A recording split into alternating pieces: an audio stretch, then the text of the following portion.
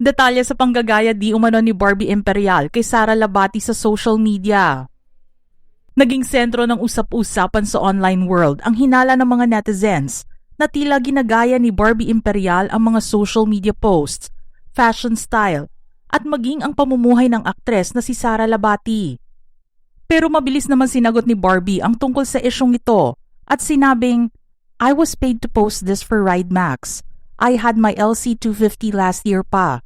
This was shot last month pa, and I was told to post this pic this week. I think I'm allowed naman to post my car sponsorships. Wag issue." Ginawa niya ito para magtigil na ang mga bashers sa kakasabing ginagaya niya si Sara sa ibang mga posts. Nagsimulang uminit sa mata ng publiko si Barbie matapos itong maiugnay sa aktor na si Richard Gutierrez, ang ex-husband ni Sara. Dahil sa mga espekulasyon sa kanilang relasyon, mas naging mapanuri ang mga netizens sa bawat galaw at post ni Barbie sa TikTok at Instagram.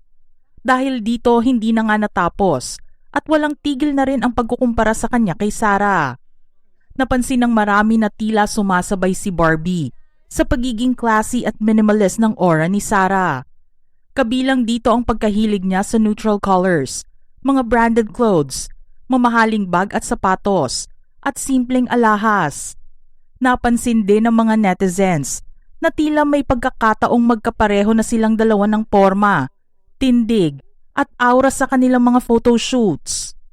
May ilan din ang nagsasabing tila sumusunod si Barbie sa mga previous posts ni Sara. Idagdag pa rito ang pag-post ni Sara ng kanyang mga bakasyon o sports activities, kung saan napapansin din ng mga netizens na nagpo-post din si Barbie ng katulad na aktibidad. Magmula nang lumabas ang mga pagkakatulad na ito, hindi naman napigil ang pagbibigay ng reaksyon ng mga kritiko ni Barbie. Ayon sa kanila, pilit umanong kinokopya ng aktres ang pagiging elegante at class ni Sara dahil kulang ito sa sariling estilo. Para sa kanila, masyadong halata ang mga timing ng post ni Barbie na nagsasabing hindi siya dapat magpakabog sa ex-wife ng kanyang boyfriend ngayon. Ngunit depensa naman ng kanyang mga fans. Walang kahit sino man ang nagmamay-ari ng label ng pagiging classy, elegant at sophisticated dahil kasalukuyan itong nauuso sa buong mundo.